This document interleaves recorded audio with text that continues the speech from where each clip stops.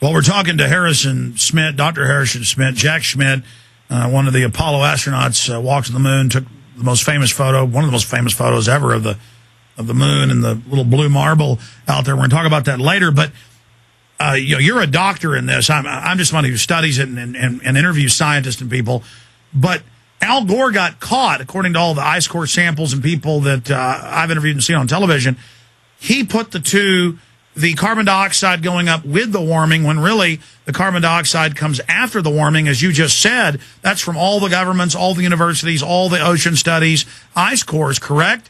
So that's more cooking the books. And then they've also caught, some of the top global warming supporters accidentally, and I put that in quotes, having false data from their weather stations and buoys, jacking up numbers.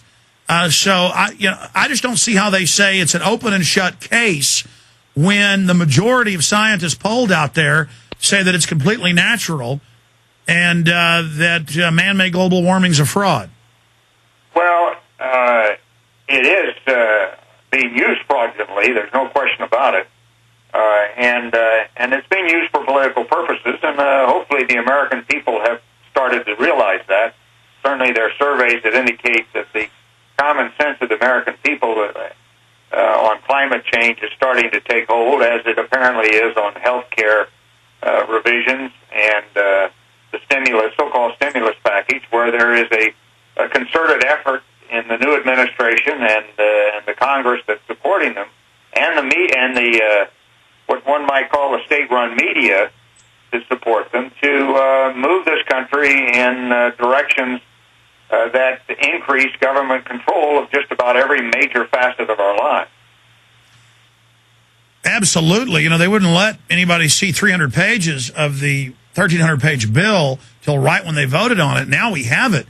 Home inspections, federal power to kick you out of your house if they want, take over all the land.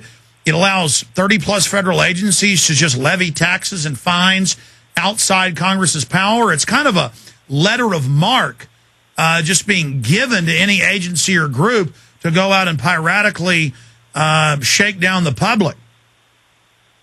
Well, it's not encouraging. Liberty is definitely threatened under this current in this current political environment, and all of us who believe in liberty are going to have to begin to take steps to counter it. And it's encouraging to see the governors and the legislatures of a few states starting to push back in terms of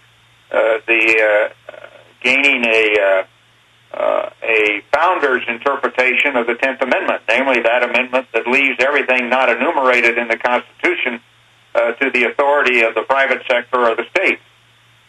And so that is, I think, a very, very encouraging trend, and I certainly hope that they'll continue in that direction to at least try to put the brakes on the legal brakes, the constitutional brakes on what's happening. Well, I think you're right. I mean, the polls show you're right, that people are finally, they've gone from 60+% a few years ago, believing man-made global warming was this big threat and we were all dead and carbon dioxide was deadly poison and would kill you in seconds, to now realizing that it is a fraud and a hoax and just a new tax. Now they've only got about 40% support, and that's imploding quickly. But it seems like the federal government, and as you said, the state-controlled media, the big corporate media, they want this new tax, they want this control, and they don't care. It looks like they're going to just ram it through, maybe. Well, we'll see. There's a lot of resistance, there's pushback now, and the August recess should help us as the common sense of the American people is put forward to their representatives, and we'll just see how we come out of this particular period. You mentioned the corporate media. I would not necessarily blame it on it being corporate media. It's just media that's in the tank for this change, socialistic change in our political system, and it's because just about everybody in the media now, reporters, analysts, and otherwise, have come out of an elementary, secondary, and college education that has been dominated by people who have less respect for liberty than you and I. Well, yes, sir. Again, we're talking to Apollo astronaut, Dr. Schmitt. My point was Rex Tillerson at ExxonMobil said, look, we've looked at this. This is just a tax on oil. This is a fraud. And then David Rockefeller, the majority owner, at a board meeting, this was in the news, said, you're going to come out and say it's real. And so even Rex Tillerson came out and said, okay, it's real. So when you see the NFL and every other big organization pushing it, when the American Football League the National Football League is pushing it, we know the establishment's behind it. Are you saying that that's just the incredible peer pressure and hype? Or is some scientists are saying this is the new global religion? This is the new organizing force? Well, it has certain characteristics of a religion in that there's a great amount of faith that the climate modelers have the right answer. But it is also, I think, related to a much longer-term ideological battle that's been going on far before climate change came along.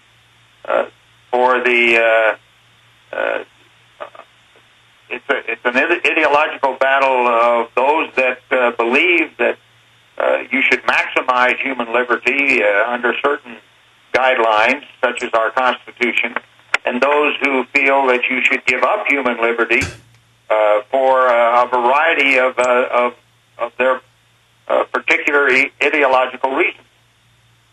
Well, I agree with you, Dr. Schmitt. We're about to break. We'll come back and get into some other issues as well, like healthcare with you. Then, of course, get into the moon itself and what it's like to be an astronaut who's been off the planet.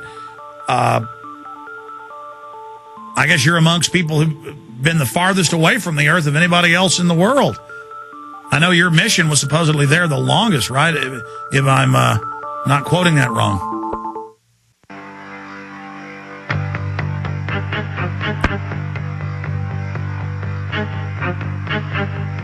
Ladies and gentlemen, I was having an amazing conversation just now with Dr. Schmitt, Apollo astronaut. We're going to get into all the space stuff in the next segment.